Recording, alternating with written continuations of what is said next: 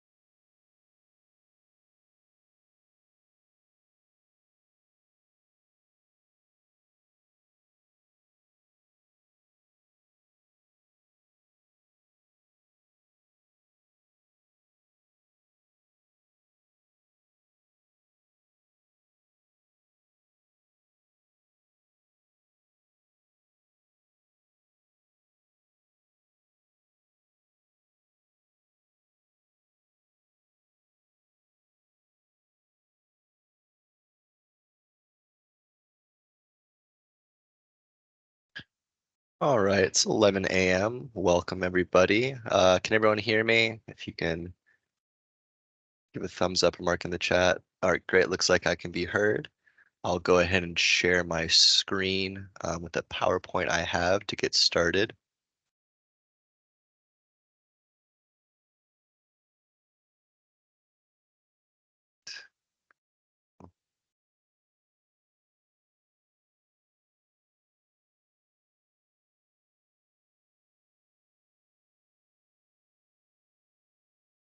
All right. You should be seeing the PowerPoint here.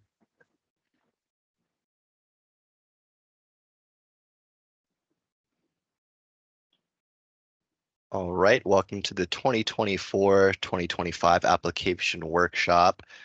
This is again for the United Way grant funding beginning July of 2024 is when the funding will start, and it will end June of 2025. This will be for basic needs and health applications this year. Moving forward. And if you have any questions throughout the process, feel free to ask those or post them in the Q&A section of the chat. The mission of United Way is to improve lives by mobilizing the caring power of our community.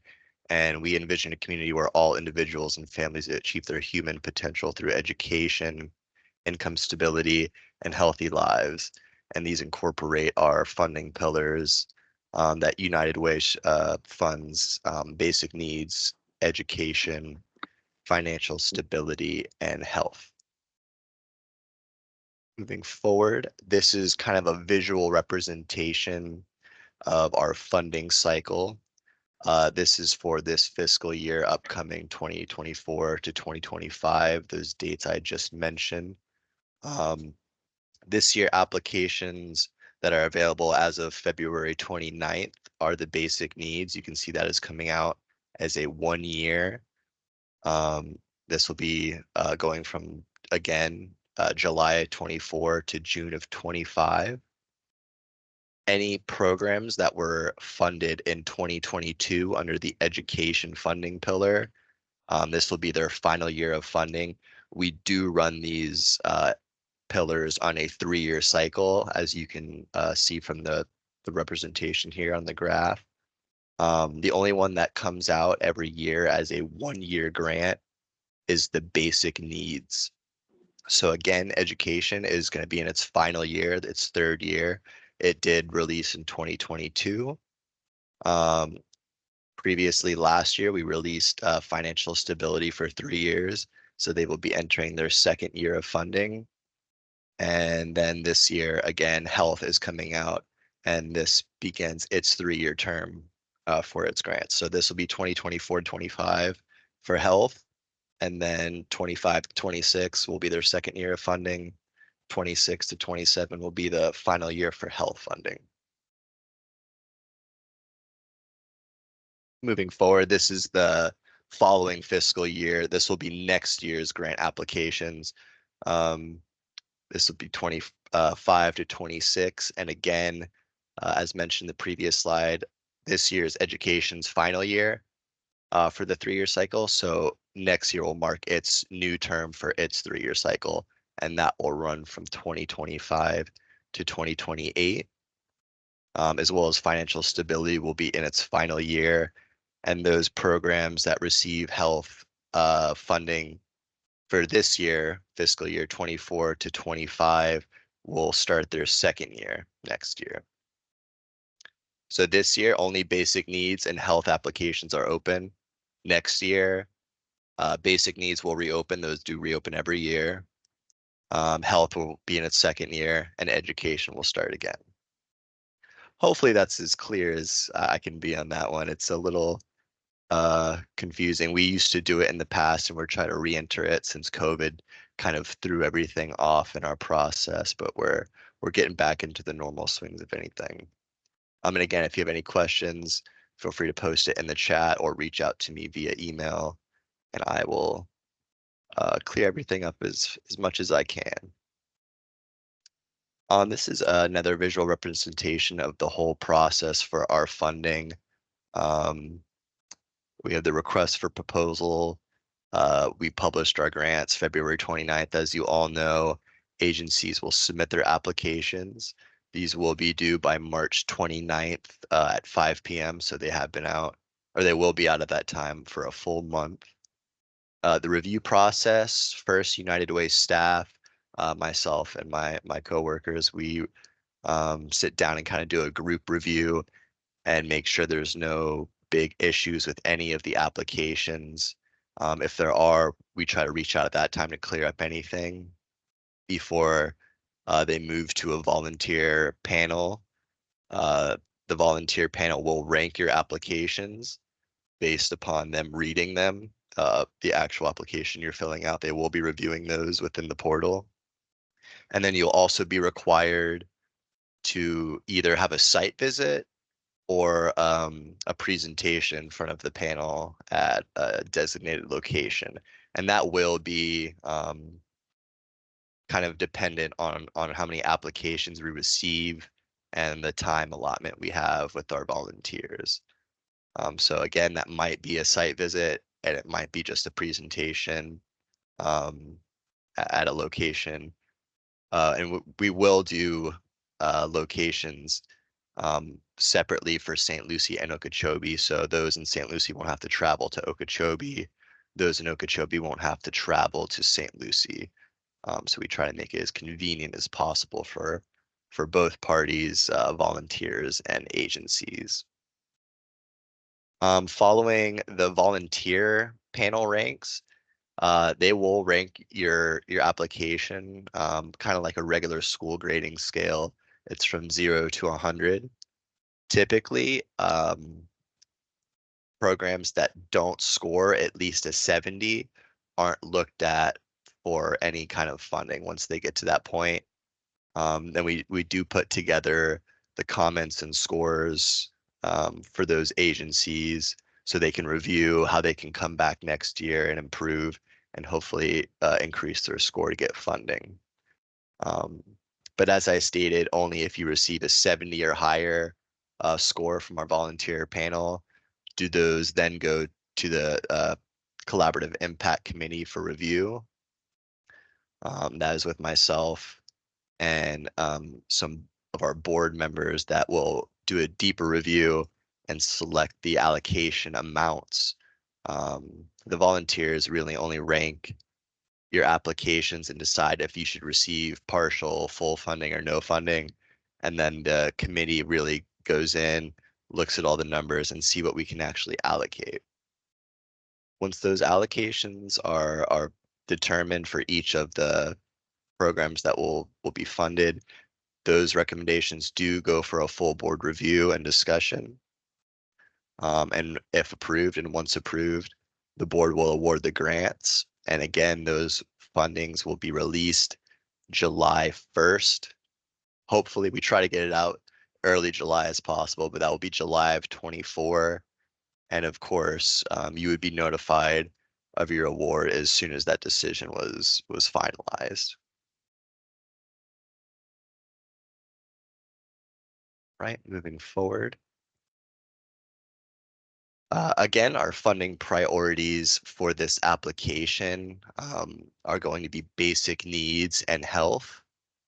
Within the application on one of our forms, and I will open up the portal to go through the forms and do a little tour of and make sure everyone knows how to navigate our portal here.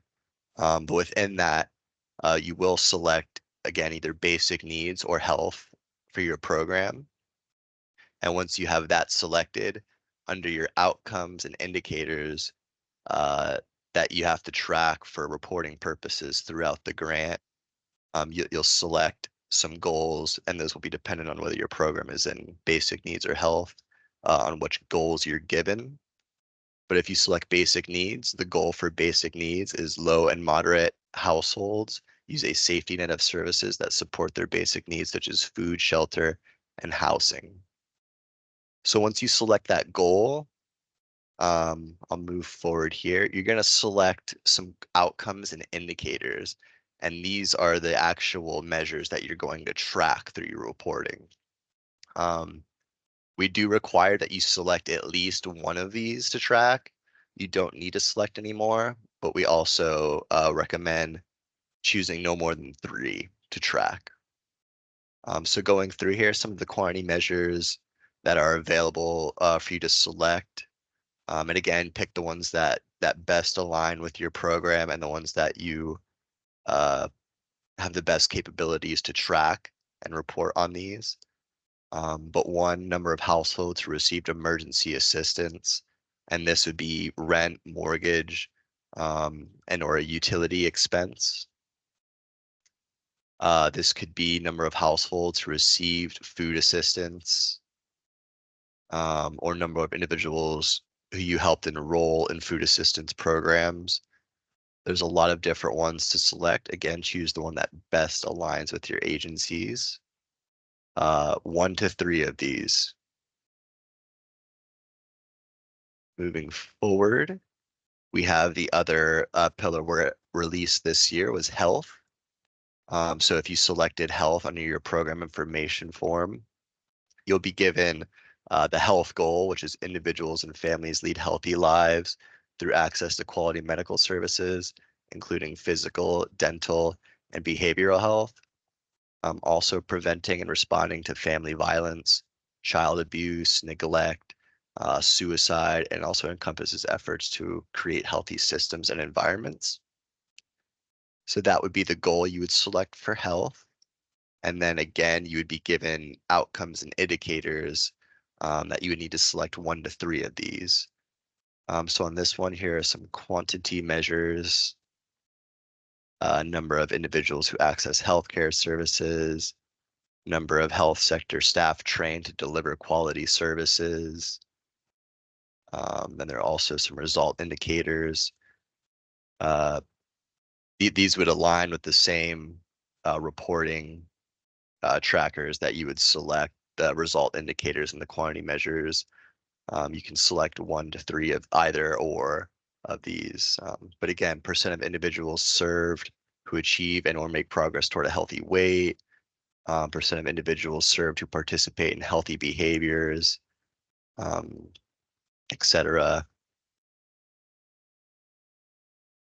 Moving forward, we have our application timeline. Again, February 29th, our applications were released. Today, March 8th, holding our virtual application training. Again, this will be recorded and shared with anyone who is applying for United Way funding this year. March 28th, applications will be due by 5 p.m. in our EC Impact portal. So a full month of there to complete your applications. Any issues you have throughout the application process, please be sure to either call or email me. I will say email is the best because a lot of the times I have to reach out to support and it might be like a back and forth thing. So sometimes over the phone it can be a little tedious. And then as mentioned, July 1st, our funding cycle will begin and that will go to June, um, June 30th of 2025. All right, moving into our application parts. This will be what I will open up after this presentation and give you kind of a tour through our EC Impact. But once you have all your agency and um, respective programs associated with our application, you will have 3 different parts of our application that you're going to need to complete. So part 1, as soon as you access the application, you're going to be given your agency information forms. And I'll go over in a little bit what that entails. Um, Part 2 is your program information forms, and you're not going to have access to that until you associate a program to the application, and that is not done automatically. I will show you how to do that once I open up EC Impact after this PowerPoint to make sure everyone is aware of that. And the instructions are listed, but just to give everyone a visual of how to navigate that, I will go ahead and show you that. And then part 3, we have required documentation. And this is also separated into 2 sections. You will have required agency documentation, which will be, of course, statements and documents that are representative of your whole agency organization. And then you are going to have a program required documentation. And this is really only one form that we ask for, and it's your measurement tool tracker. This could be a paper form, such as an intake form you fill out with your client to gather that information you're collecting. It could be statistics that you keep track of in some kind of uh, portal, just so we have a visual idea of what that looks like from your side.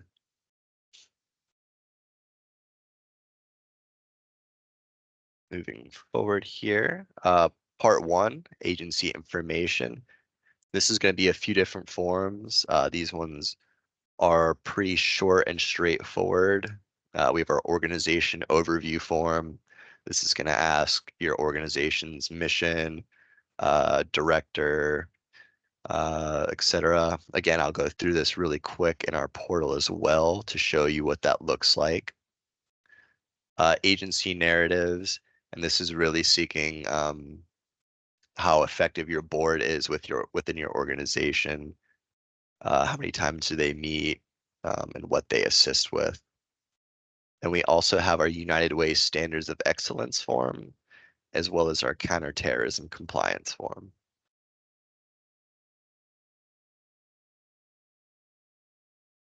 Once you associate a program within our application, that will then populate a new section on your portal homepage, which is going to be your program information forms. Within that, we have 6 different forms. This is going to be your program information form, your proposal narrative, a program specific budget. And just to let everyone know, we used to have also an agency budget, But we did forego that and now are only doing the program specific budget. So this is not going to be your whole organization. These are going to be just your finances, just the staff that is tied specifically to that one program. If your agency is just one program, in that case, your program is your agency, then that will be the same as your agency budget. Then we also have a budget narrative section following the program budget form. This is going to give you the opportunity to kind of further explain any discrepancies. One of the questions, if your expenses exceeded income more than 15%, please explain why. So great opportunity to clear up any of that. Program demographics. This is going to be what you keep track of, who you serve based upon age, ethnicity, income brackets, and also zip codes. Following the demographics form, we have our program outcomes form, and this would go back to those goals, quantity measures, and indicators that you must select 1 to 3 of to keep track of. So at the beginning of your application, this is where you're going to go in, select those goals that you keep track of, and you're going to put a projection for your whole year based upon the funding that you're asking for.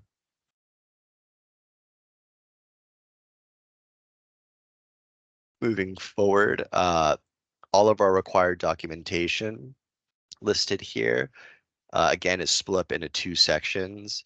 The first 7 or so here are all going to be the agency required documentation. This is going to be your IRS 501c3 letter, your list of current board of directors, including addresses. If there's some sort of privacy issue where you can't include addresses, please just include uh, either the city that they live in or work in. And really, we just want to make sure that your board of directors is representative of the community that you're serving. So if, for example, you're serving St. Lucie, and you're based out of West Palm, but you currently don't have any St. Lucie board representation, that will be an issue. It's not that you are going to be cut from consideration, but um, our volunteer coordinators, or excuse me, panelists that review your applications, will find that concerning. I know they have in the past seen um, situations like that. And I know our volunteers really want to make sure that you're connecting with leaders in the community that can get you those right connections, um, and ideas. So please make sure you include those addresses. And again, if you can't include the specific ones, just the city where they work or live, to know that they are representative of that community. Next, for your required documentation, we require your financial statements. And this is broken out into 2 different statements. This will be your profit and loss statement, or otherwise known as your income statement, and then also a balance sheet. And within the portal, I believe we have the date listed uh, in the time frame of which to report on. I think it's December 31st, 2023. We asked that you submit those financial statements from. We also ask you submit your most recent completed audit. Agencies with a total organizational budget of 750,000 or more are required by us for our grant funding to have a annual audit. If your agency budget, your total agency budget, not your program budget, is below 750,000, we ask that you have an annual internal financial review. And if you could submit that in its place, if your budget is below 750,000. Also with that, an audit management letter, times, um, especially when there's concerns found, you will receive an audit management letter stating those concerns. We then ask you to submit a response to those concerns, what you're doing to fix those.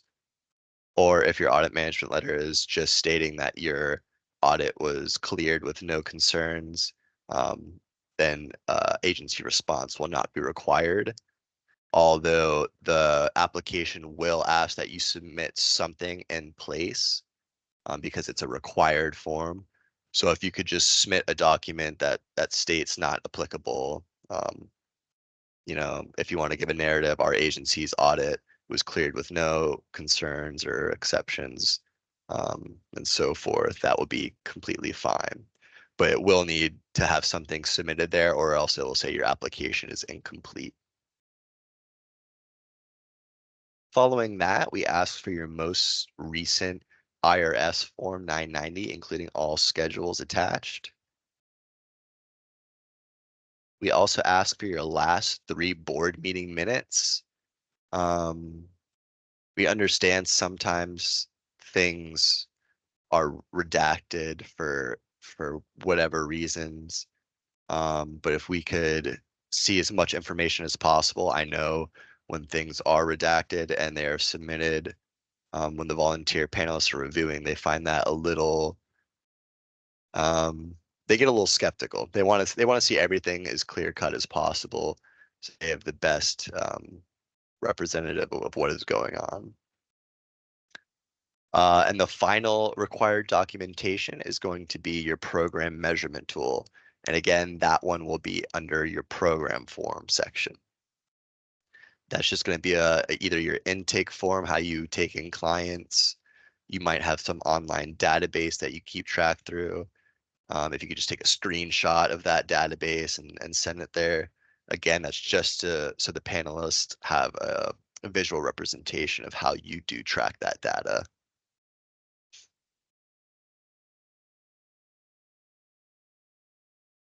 For any reason at all, if you need assistance throughout the application process, here is my email. It's Jeff.Howard at uwslo.org. My phone number is also the office phone number 772-464-5300, and my extension is 103.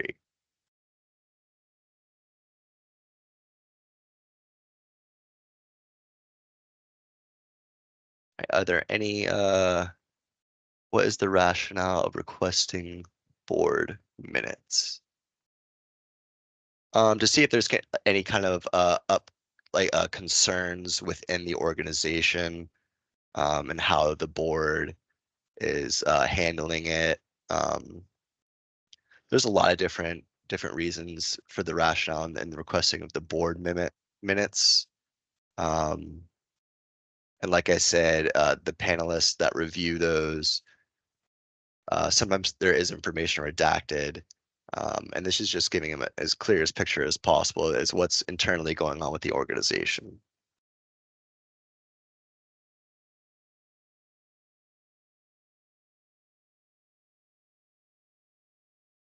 Is there an estimated ETA of when the award notice will be shared with grantees?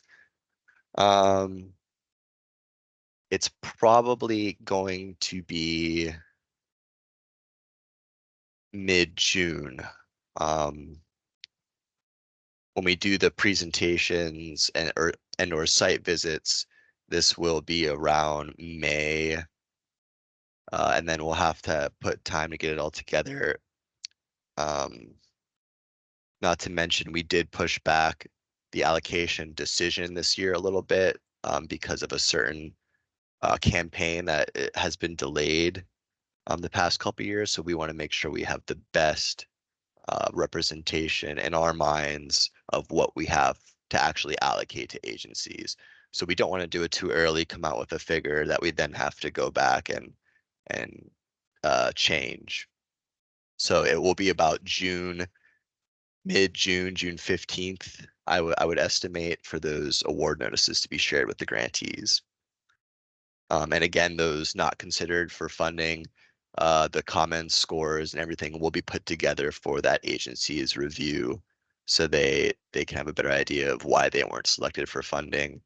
And then if there's any concern, um, after reviewing that, we can have a meeting to try to help your agency come back stronger the next time.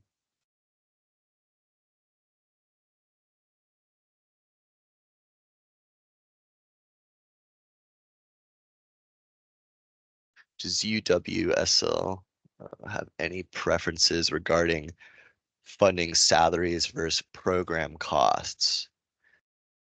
So we are seeking to fund the programs. So we're definitely looking at program costs more. However, we do understand that salaries are kind of part of the program cost. You can't run the program without salaries. So that will be taken into consideration as well. Where can we find full application guidance? So I guess you're asking if we have like a full instructional kind of booklet. We unfortunately we don't have that. If that's what the question was there, the best we can do is give this training, and I will go into our portal next so you know how to navigate that a little further. Um, but if you have any questions, I try to make myself as available as possible. And that's why I do say emailing me is best. Um, I can get to it, get back to support, and be kind of working on a few different problems at once.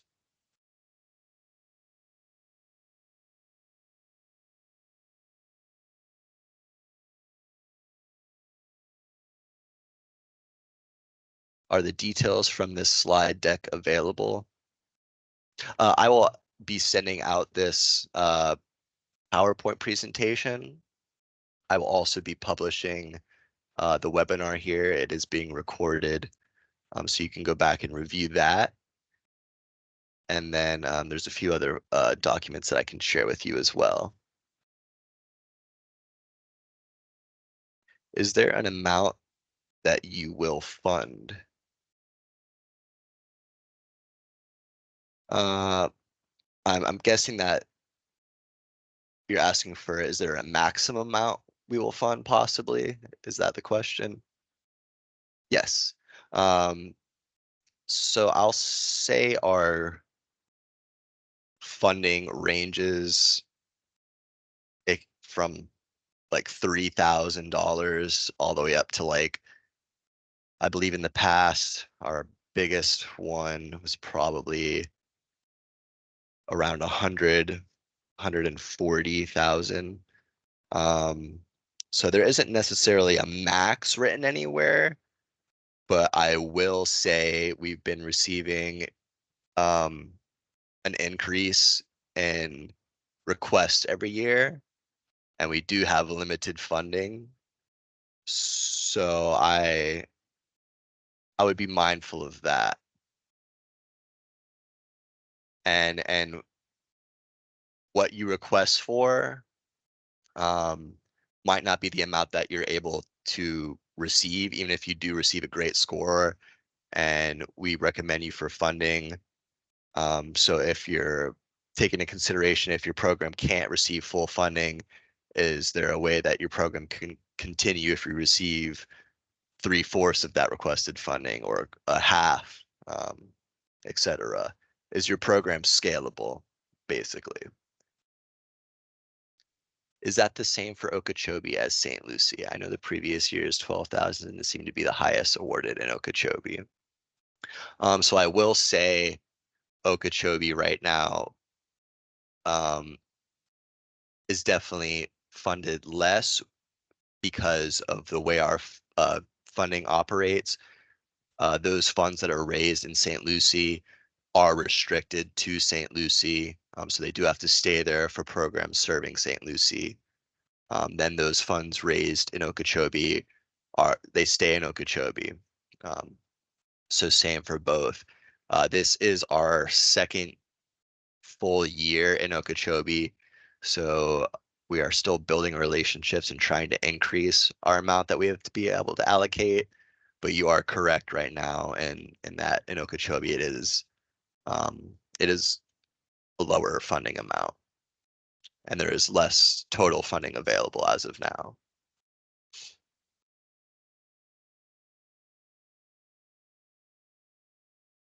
Will this PowerPoint be shared? Yes, this PowerPoint will be shared with everybody. All right, I'm going to head and I'm going to open up our EC Impact portal. So we all know how to navigate that. Give me 1 second to log in, and I'll share my screen here.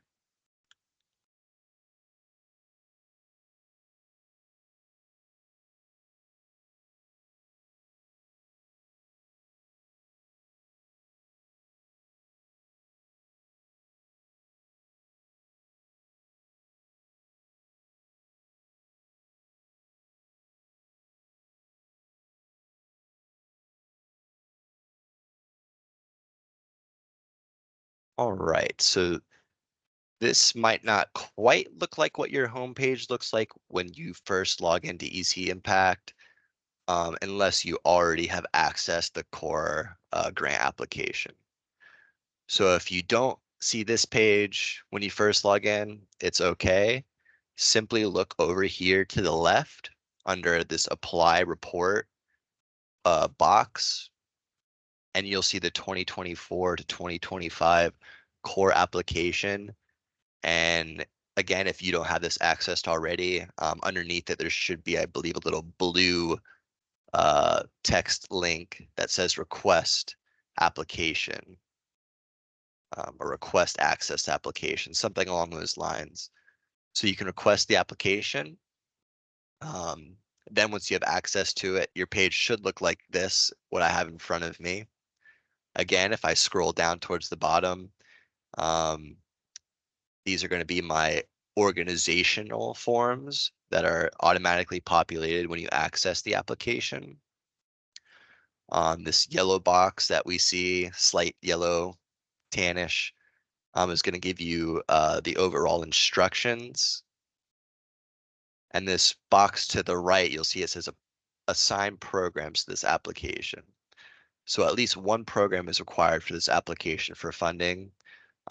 If you never assign a program to this application and you complete all these organizational forms, it will say you're all complete and ready to submit based upon this bar. However, we will not consider applications that don't also have a program associated with this, because we're not seeking to fund agencies, we're seeking to fund your programs. So you'll either have a drop-down selection, as you can see on my screen, and I have this because I already have a program created in EC Impact. So if you already have a program created, you will have this drop-down menu to select from your previously created programs. If you don't have a program, or you need to create a new program in our portal, you can go ahead and create this little plus sign right here. So I could create, just go through test program, make myself the primary contact, save and complete, hit complete registration.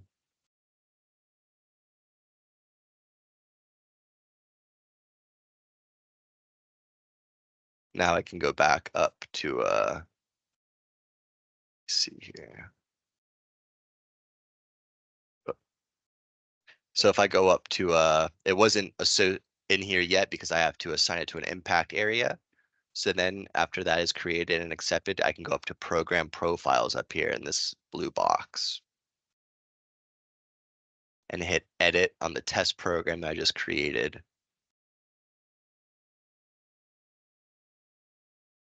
And apparently on my side, I'm not able to select this impact area. So if you're creating a new program to assign, we will have to assign an impact area before you're able to associate that to your program.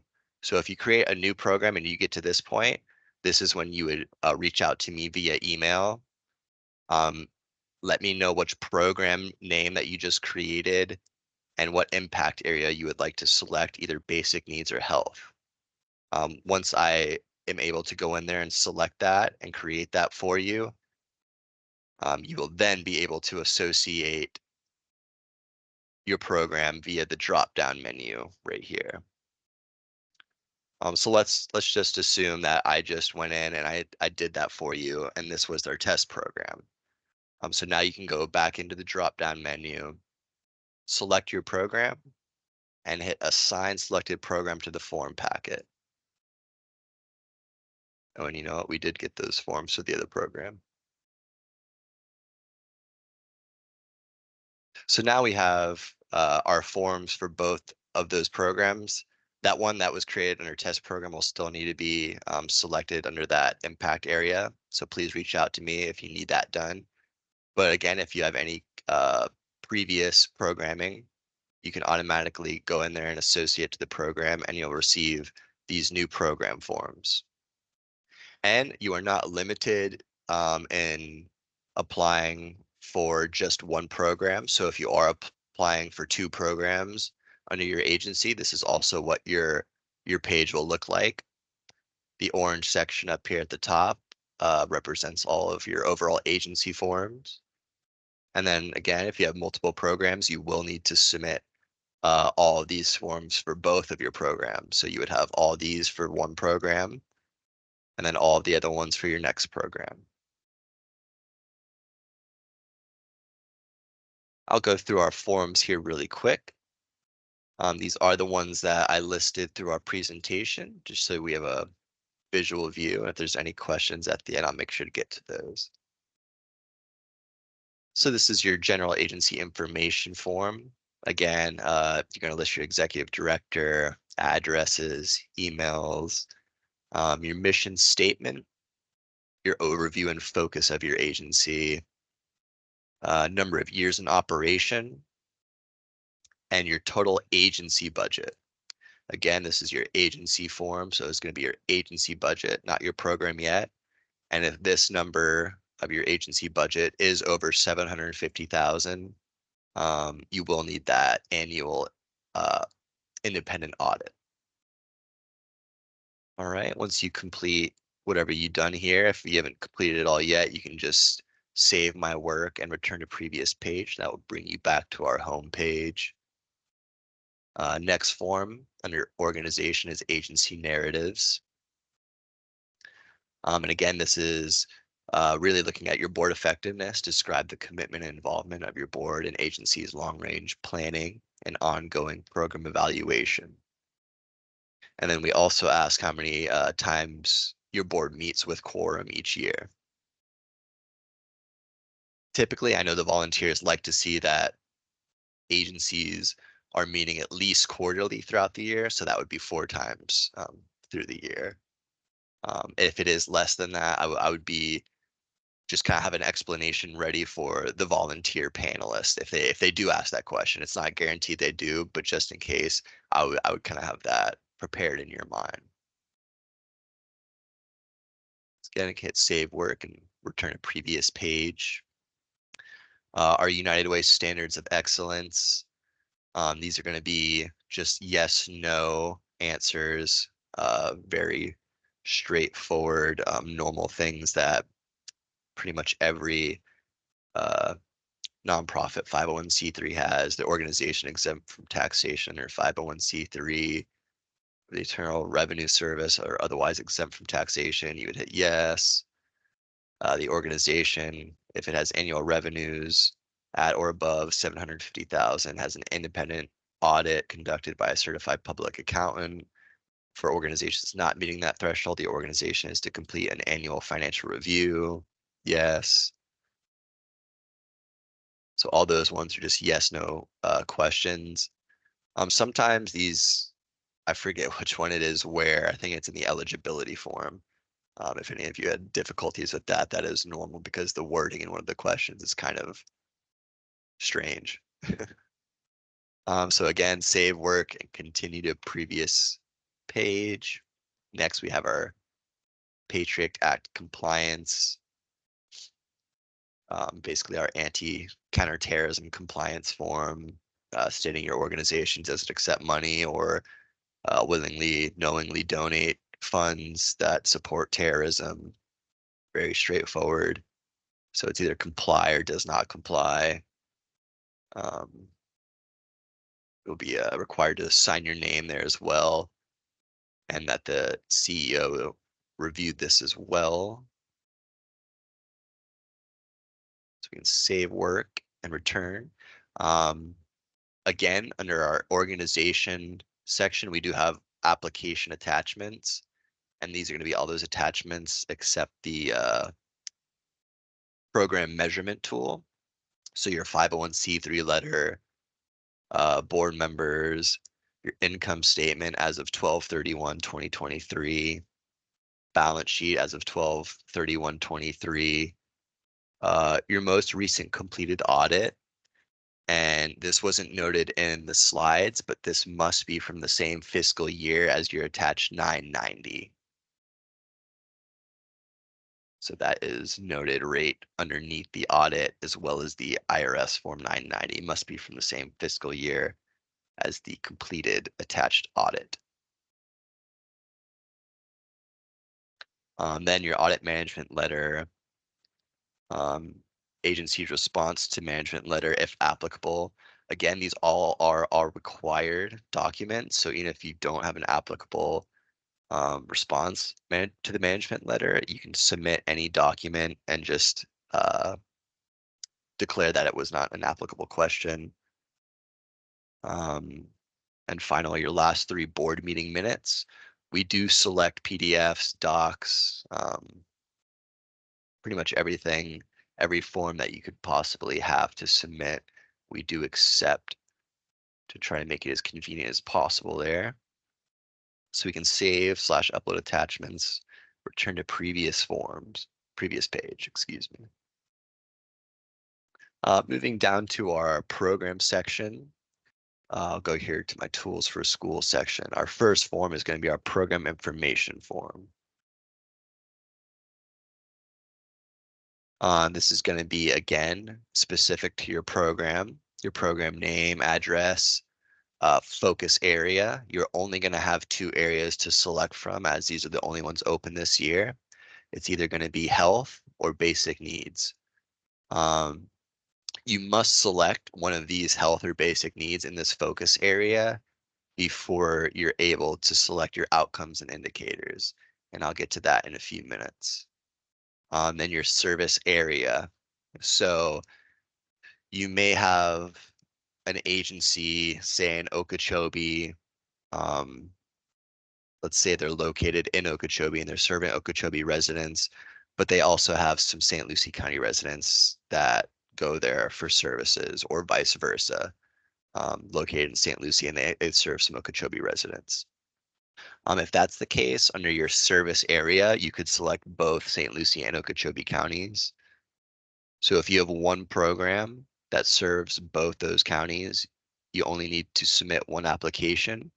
And just for your service area, make sure both are selected.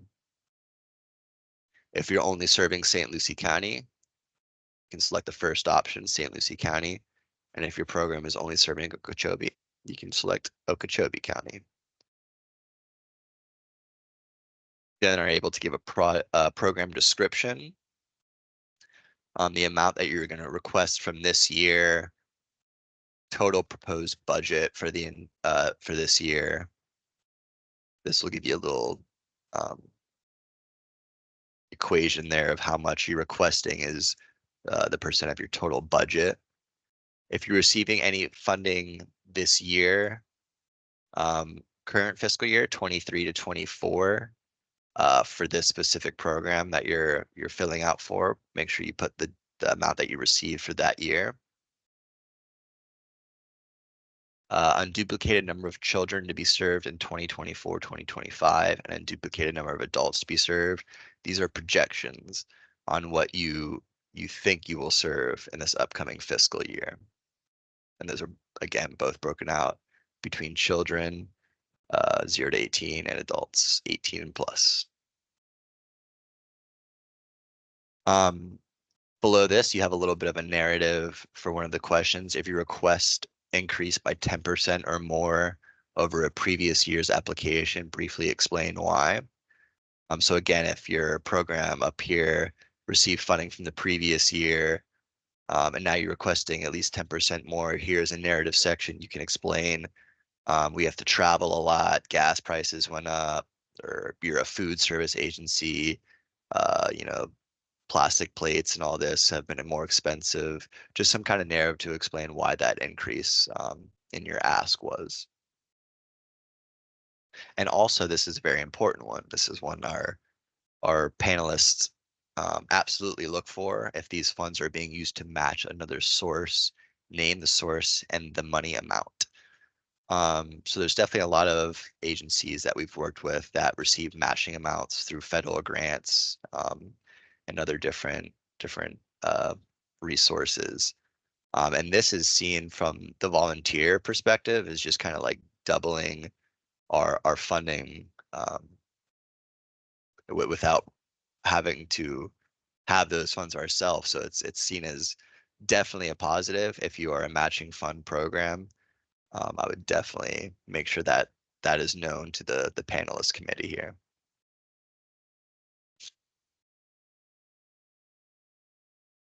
Following our program information form, we move on to our proposal narrative. It's going to give you a little freedom to kind of describe things in your own words. So describe the program with emphasis on primary program activities, detail how the program relates to your organization's mission, um, identify problems or opportunities to be addressed. I'm going to kind of speed up a little here so we have a couple minutes at the end to ask some questions. Um,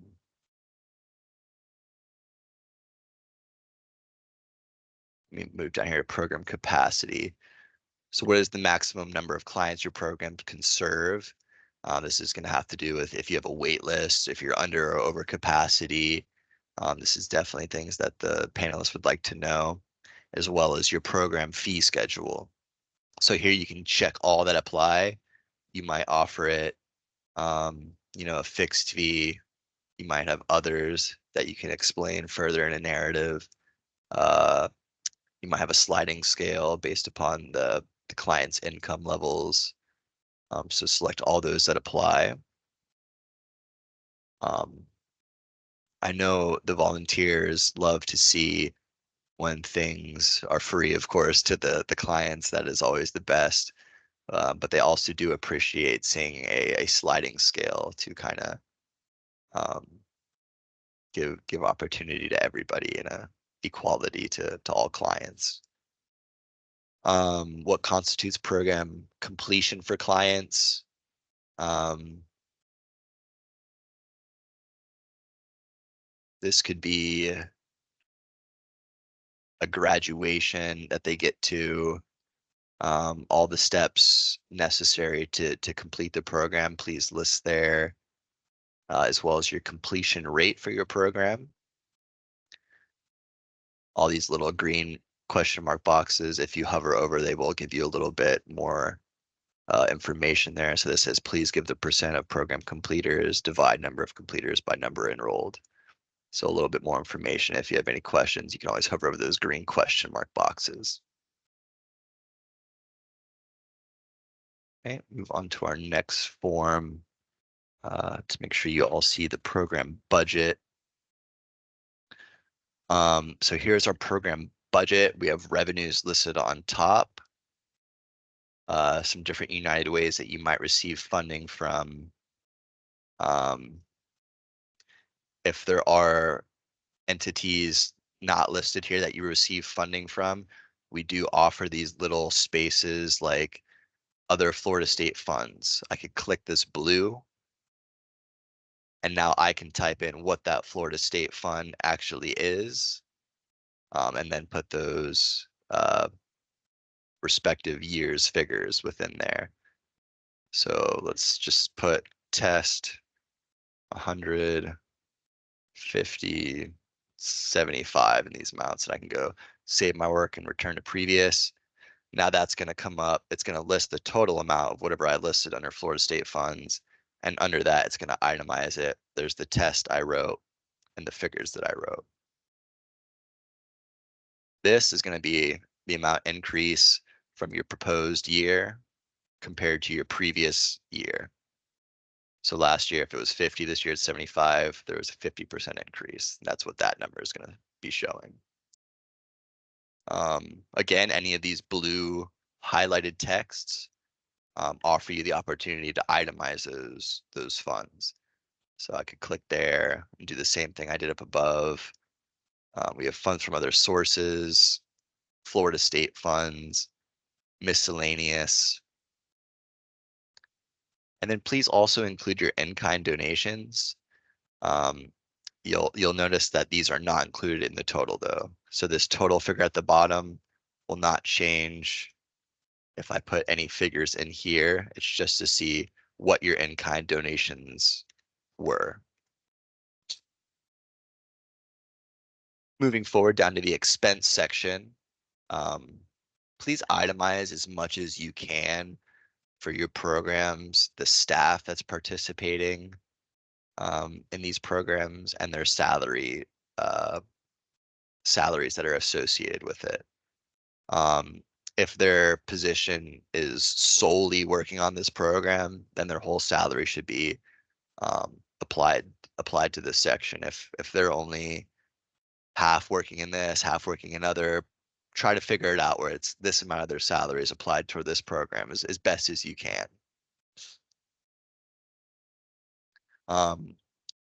So for expenses, you can itemize the salaries, professional fees, administrative costs, educational materials, training, equipment purchases, capital expenses like a truck or warehouse, food and nutrition, specific assistance to individuals, other. And now if you look down here, revenues over at / under expenses. This black figures means that I am over by these amounts for my revenues compared to expenses. So I had $100 in revenue, 0 in expenses. So if all of a sudden I put 150 in expenses, now it's going to show me a red figure here and it's going to say -50. This means I'm in a deficit. Before we were in a surplus in that year. The volunteer panels that are ranking these applications really would like to see these figures balanced. So what that looks like would be if I had $100 in revenues, $100 expenses. Now we look at the bottom where it's balanced at 0. That's the best world that we would really like to see you all in when filling out these budgets. If you're showing a deficit, this is gonna kind of give the perspective to the panelists that maybe your agency isn't completely sustainable. Maybe you need more diversified fundings and other grants, donations that you need to look for. And then vice versa, if we see something like you have $100 in revenue, $25 in expenses, so you have a $75 surplus, yet you're asking for money, then the question comes into mind for the panelists. Are they asking us to, support their reserve funding? Like if they have all this funding, why are they requesting funds?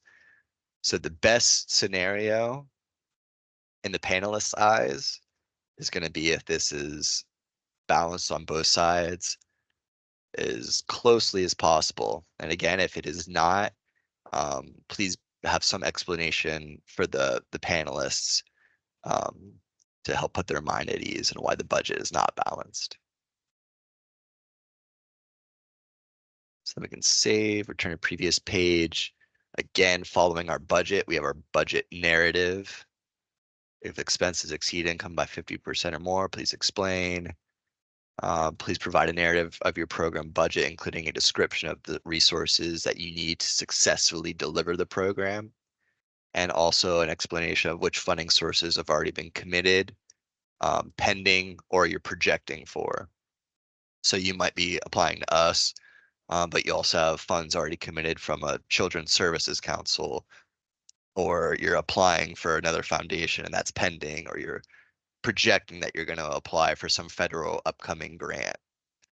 Please list as much of that information as you would have available as possible in that section.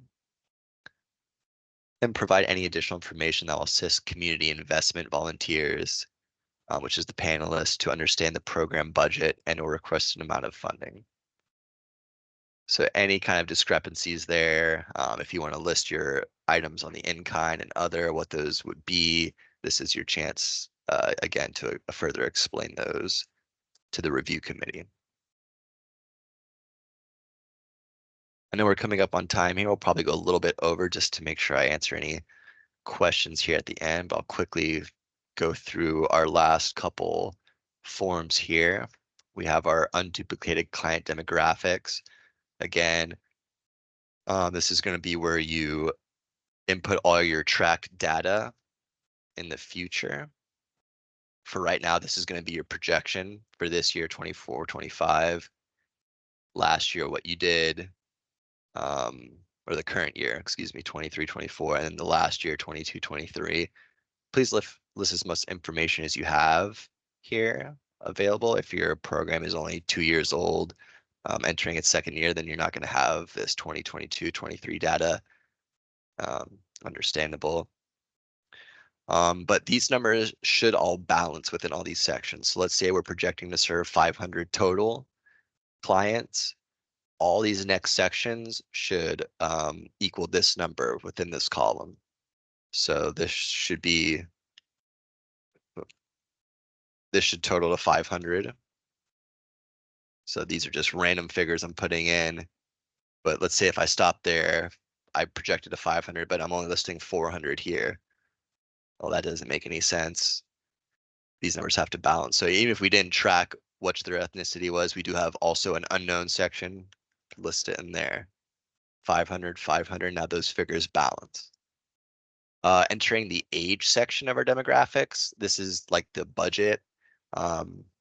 You think you'd be able to click these gray boxes, but you have to select this blue text up here, and that's going to let you itemize all these ages. So you can go ahead and enter that data in there. Again, you want to make sure it balances your total projections. And I'm just filling out this one projection column for now, but if you have this data, please fill out all the columns as much as you can. So once I save and return, that's going to save what I inputted there. We're balancing all the way down. Next would be your income levels. And for all these sections, we do ask that you track this as closely as possible, but we do understand some programming doesn't necessarily track that. You might be working with a homeless population in a food program, and it's not necessarily the best practice to go up and ask all the homeless, you know, their age, their poverty level, and all this, because that's going to drive those clients away. They really like to keep that information in private, and that is understandable. And that's why there is this unknown section. So if you serve that population and you're not able to select that or report that data, we do have the unknown section. Please just be prepared to kind of give an explanation as to why it's reported that way, again, to our volunteer panel. Moving down to geographic location, this is where we track the zip codes of where you're serving your clients. So again, you aren't able to click these gray boxes directly. You will have to click the blue text. These are divided out between Fort Pierce, Port St. Lucie, which total St. Lucie County, and then we have our Okeechobee zip codes down here as well. So depending on where you're serving, or if you're serving all, you'll go through and click all these blue texts and just make sure that you're inputting your data where you are serving your clients. Again, if you are one of those programs who aren't able to get that zip code data of where your clients live, like you might have a food program that serves a homeless population, there is no unknown section for the zip codes. So what you would do is put those clients under the zip code in which you serve them. So if you're, again, well, I'll go back to the food program example. Um, they don't know where their clients live, but they go to a zip code of 34952, and that's where their food serving location is. So they would input that data into that zip code. That does complete the demographic form. And then our final form, again, this outcome form is going to be dependent on what you select within your program information form. And I'll go back to our program information form just to re-clarify what that looks like. So with the fourth line on program information form, the focus area, this is going to be dependent on what goals and outcomes you're able to select for the outcome form. So here we have basic needs. I'll go ahead and save and return to previous page, and we'll open up our outcome form. I'll select a new outcome statement, and this is the only one that I'm available to select. So this is our basic needs outcome. So I could go ahead and select that. Let me go back real quick though, and I will go into our program information form, and let's say I was a health program. Now with health selected, if I go into outcomes and I go to select a new outcome statement, now I'm only given the health outcome, right? If you do not have either of those impact areas selected within that program information form, you're not going to be able to select an outcome. So it's going to look like something's wrong. Make sure you go back into that program information form and have that selected to your respective impact area. So now that I'm in here and I have this goal for health, again, it's individuals and families lead healthy lives through access to quality medical services. I can go ahead and select that. And now I'm going to be given the indicators and quantity measures that we spoke of earlier, and I'll have to select a minimum of one here. Again, no more than 3. So I might select, number of individuals served to report increased protective factors slash decreased risk factors, and number of individuals who access healthcare services. Once I selected the indicators that I want to keep track of throughout the grant reporting process, I'll go ahead and save my work and continue. And then I'm given this page where I'm projecting those figures for the year. So our first indicator we selected, number of individuals served to report increased protective factors slash decreased risk factors. I could go ahead and say we served 100, and that means 100 came in to get served. We took them through the intake process, but let's say we only were able to really put 80 into the program to get services. We would then put achieving at 80, and it's going to give us our achieving percentage right there as well, 80%. These numbers, I should probably do this, 500, because again, when looking at our demographics, I was looking to serve 500. So we served 500, but we were only able to really give 400 services. Same thing with our next goal, number of individuals who access healthcare services.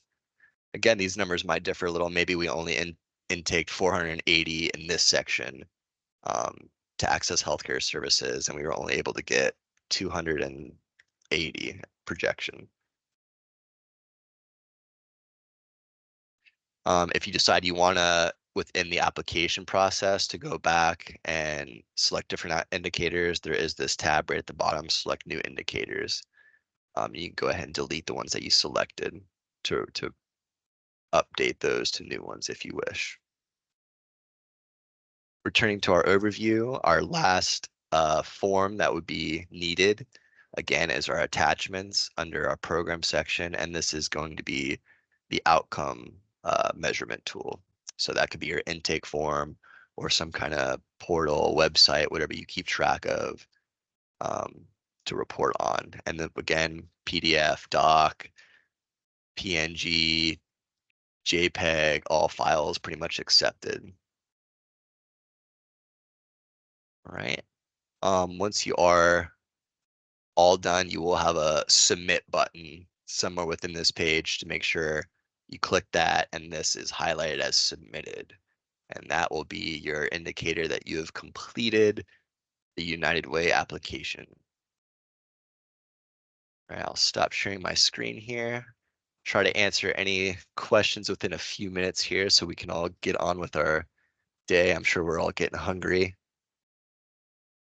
Let me see here. So if my agency applied for funding in the past, should I use the same EC Impact account to submit again with updated org documents? Correct. If you already have a profile within our EC Impact system for your organization, please use that and just update all documentation, staff, and then you'll be able to associate the program you're applying for under that profile.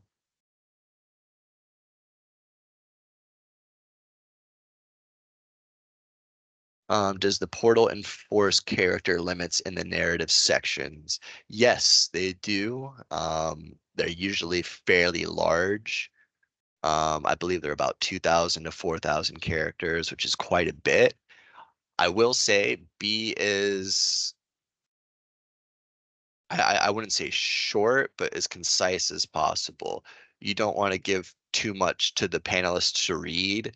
Um, Try to just get your point across as quickly and efficiently as you can.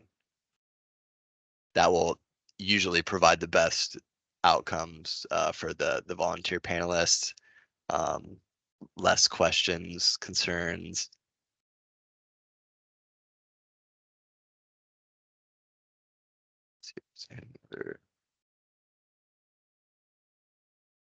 All right, looks like everything in the chat and the Q&A has been answered. I will ask if you have any final questions. Please email me at jeff.howard@uwslo.org. And again, I will share out this PowerPoint presentation. Make sure this video gets shared out as well and any other applicable information that I have that I think will assist you within this application process. Um, Furthermore, again, any issues, problems that you have within the application, if you need a new contact um, inputted for your organization so you can have someone else working with you and you're having a problem getting that set up, reach out to me. Any problems submitting any documentation, let me know.